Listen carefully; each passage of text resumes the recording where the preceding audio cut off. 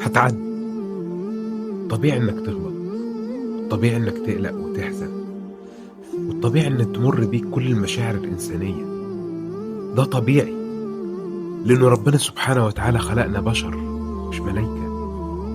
بس اللي مش طبيعي إنك تخلّي المشاعر دي تسيطر عليك، وتنسى إن ليك رب رحيم وجميل وطيب، هو أرحم الراحمين.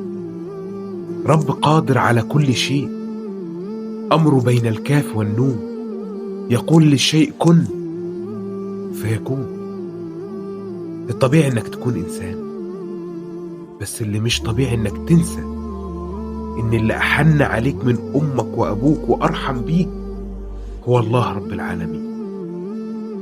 عشان كده افضل قول يا رب في كل دقيقة وكل ثانية، وخليك واثق إن اللي بيقول يا رب ما بيخسرش.